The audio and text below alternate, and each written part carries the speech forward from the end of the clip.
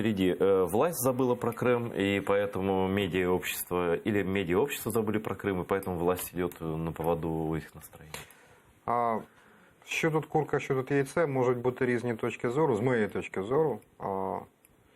Насправді, ініціатива має виходити з держави, від держави.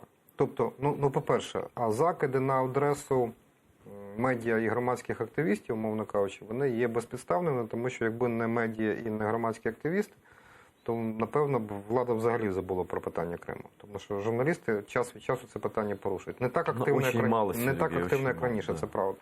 Але суверенітет, територіальна цілісність, непорушність кордонів і взагалі турбота про громадян – це питання держави. Держава має тримати кримське питання в фокусі. Це її обов'язок. Це не просто її добрий намір, добра воля. Це її обов'язок. Це елемент державної політики. Тому що говоріть про Крим, пишіть про Крим, згадуйте про Крим. Люди живуть в вирі величезної кількості проблем. Те, що вони інколи забувають про Крим, напевно, може не робить їм честі, але їх можна зрозуміти. Для держави це обов'язок.